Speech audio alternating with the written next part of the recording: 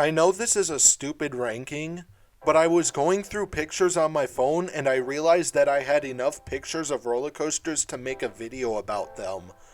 In order for a coaster to be eligible, I have to have ridden it, and it has to be a focal point of the picture. I will also include rides with signs that I've taken a picture of because why not? In last place by a long shot is Corkscrew at Valleyfair. This ride doesn't have a lot to offer aside from the standard arrow inversions. The loop has decent positives, and the corkscrews have decent hang time.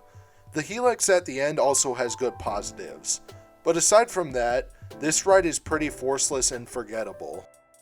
Taking 12th place is Zambezi Zinger at Worlds of Fun. This ride was so close to being great.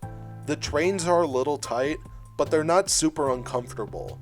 The transitions between the wooden and steel track are a little jarring. Also, the airtime is pretty weak.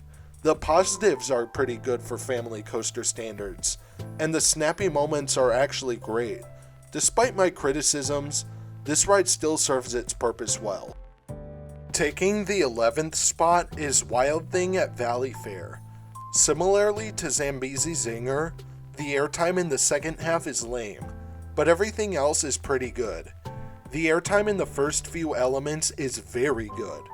There are also a couple spots that provide strong positives. This ride has a bunch of high highs and low lows that could be fixed by turning the trims off. In the 10th spot is Excalibur at Valleyfair. This ride packs in a lot in its short duration. The drop and S-Hill provide strong ejector airtime. The laterals in a couple spots are alright, and the positives in the first half are pretty strong. It just drops the ball in the second half, and that's why it's not super high in my overall ranking. In 9th place is Wrath of Rakshasa at Six Flags Great America. I know the roughness has been a common talking point with this ride, but I mainly think about my second ride, which was in the front middle and was incredibly smooth. This ride has a layout that flows really well. The transitions between each element are seamless. The last three inversions also had some good whip. If it wasn't for the roughness, I believe this would be in consideration to be the best dive coaster out there. Taking 8th place is Steel Venom at Valleyfair. I know this is a cookie cutter coaster, but everything about it ranges from good to great. The launches, especially the first one, are quite punchy. The pull-ups into the spikes provide strong positives. The spikes themselves are quite unique. I love the laterals in the front spike, and I love that the train goes through the back spike both without and with the holding brake.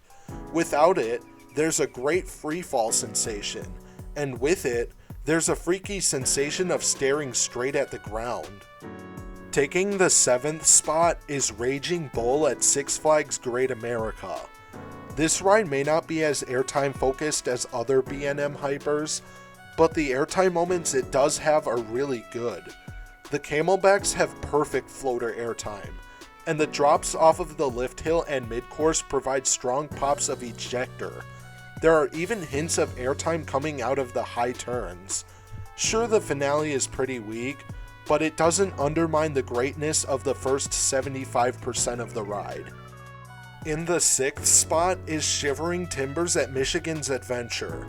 I love how one-note this ride is. It's all about the airtime hills plus a couple helixes. Every airtime hill gives good floater airtime, and the helixes provide great laterals. Despite this ride's long duration, there's no point where it lets up. In 5th place is Hades 360 at Mount Olympus. The only downside with this ride is its roughness. Sure, it doesn't bother me a lot, but I can't deny that it would be higher if it was smoother. The layout, though, is phenomenal. The pre-lift is filled with laterals and pops of ejector airtime. The tunnel sections are similar, but they have floater pops and are taken in complete darkness, which is a lot of fun. The Hades Island is unique because of the corkscrew and overbank. The finale is a bit tame, but I don't mind for similar reasons to Raging Bull. Taking 4th place is Outlaw Run at Silver Dollar City. Despite the complaints I've heard about the roughness and its short duration, I didn't feel that they were the case. I felt that the ride time was adequate, and it has the perfect wooden coaster roughness. There also happened to be no dud moments. I loved all of the airtime and inversions on this ride. Honestly, there's nothing I would change about this ride. Taking the 3rd spot is Millennium Force at Cedar Point. People call this ride Millennium Forceless, but I have to disagree with that. This ride doesn't have any laterals, but it has plenty of airtime and positives. The airtime also has a nice blend of floater and ejector.